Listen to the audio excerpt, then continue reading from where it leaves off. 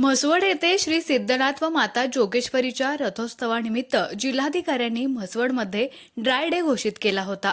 स्थानिक beer bar मालक आणि खासगी दारू विक्रेते यांनी या आदेशाला न जुमानता राज्य उत्पादन शुल्क विभागाच्या कर्मचाऱ्यांच्या साथीने विविध शक्कल लढवून दारू विक्री सुरूच ठेवली होती।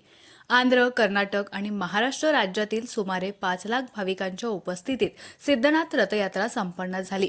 रथयात्रेच्या मुख्य दिवशी शहरात होणारी गर्दी लक्षात घेऊन भाविकांना कोणत्याही प्रकारचा त्रास होऊ नये म्हणून जिल्हाधिकारी या यात्रेसाठी मुख्य दिवशी दारू विक्रीला निर्बंध घालतात। मात्र आज मुख्य रथाच्या दिवशी म्हसवड शहरात अनेक ठिकाणी खुलेआम दारू विक्री सुरू होती। राज्य उत्पादन शुल्क विभागाचे अधिकारी आणि कर्मचारी म्हसवड यात्रेत तळ ठोकून असतानाही म्हसवडमधील परमिट बारवर तळीरामांची जत्राच भरल्याचं चित्र यात्रेतील भाविकांनी अनुभवलं।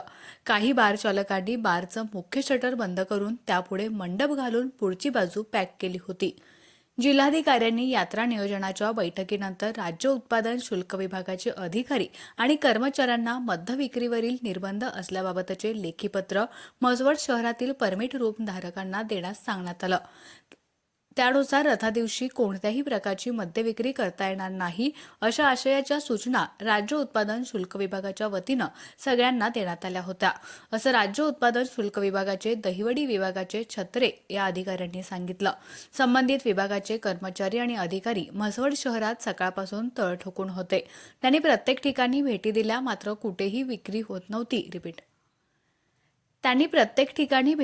मात्र कुठेही मद्य विक्री होत नसल्याचं निदर्शनास आलं, असं त्यांनी सांगितलं।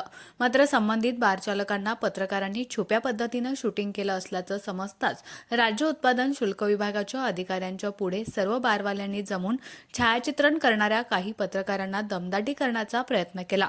या सगळ्या गोष्टी संबंधित अधिकाऱ्यांच्या पुढे होऊन देखील अधिकारी आणि कर्मचारी फक्त बघ्याची भूमिका घेऊन गप्प होते।